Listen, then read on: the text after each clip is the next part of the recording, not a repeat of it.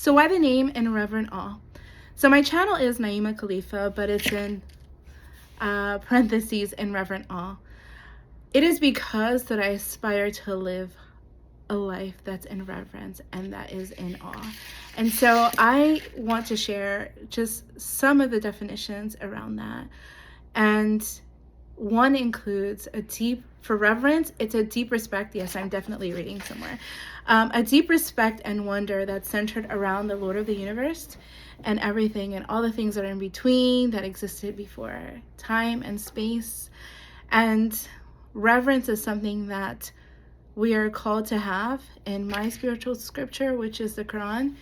And it is an invitation to have reverence, to really exalt praises to the Lord, the highest, and really observe the world around you as love notes that trigger that reverence, to witness the things within you, the way that things have been perfectly orchestrated, and those being catalyzers to remind us of our true nature, and that is to be in submission to God.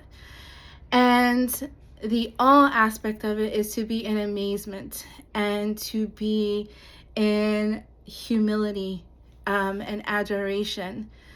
So in Reverent Awe together, for me, bringing that together, which is oftentimes done, is to have a reverential awe and reverent awe in the teaching circles that I've been or a student of. I have longed for that in my life, and in my sharing and in the things that I put in this space will be things that either remind me to have reverence and to have awe and to be in a space where I'm cultivating that. And so in Reverent Awe really is a posture of humility and adoration that says that I'm living in presence, knowing that there's something greater and higher than myself. And that's why you get in Reverent Awe. That's why it's called that. Funny thing is that I took a candle making class a few years ago, and I was deeply steeped in learning circles where this was repeated often. And I made a candle, and this is a candle, it says Reverent Awe, and that name came to me because obviously it was a deposit in my brain from the learning that I was doing and the ways I was aspiring to live. But it smells like a masjid. And a masjid is a place where Muslims go to pray, and oftentimes there are incense that are burning that have certain musky smells. And this is a combination of the few, and so I named it Reverent Awe. So funny thing. But in a nutshell, that's how the name came to be. And if you ever wonder, if you were curious, thought I would share why it's called that, because it's not necessarily obvious to everyone. And that terminology and that phrase in general may not be familiar for some who are watching this. So essentially that's what it is. It's an aspiration. It's a direction to live by. But it's not something that I have. Okay? It's not something that I have, but being in nature and being certain spaces and certain communities, it reminds me to be in a posture of humility and just remember that there is more to this world that I am living in.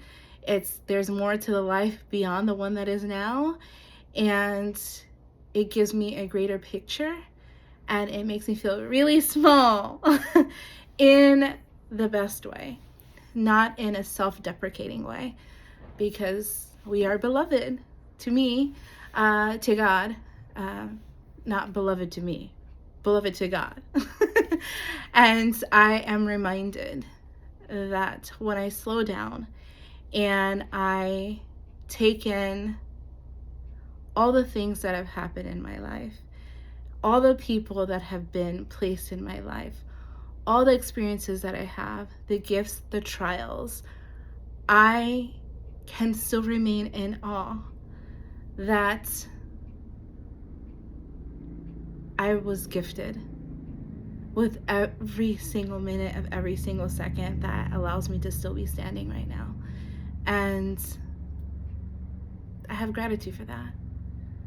And so you can aspire right along with me to be in Reverent Awe.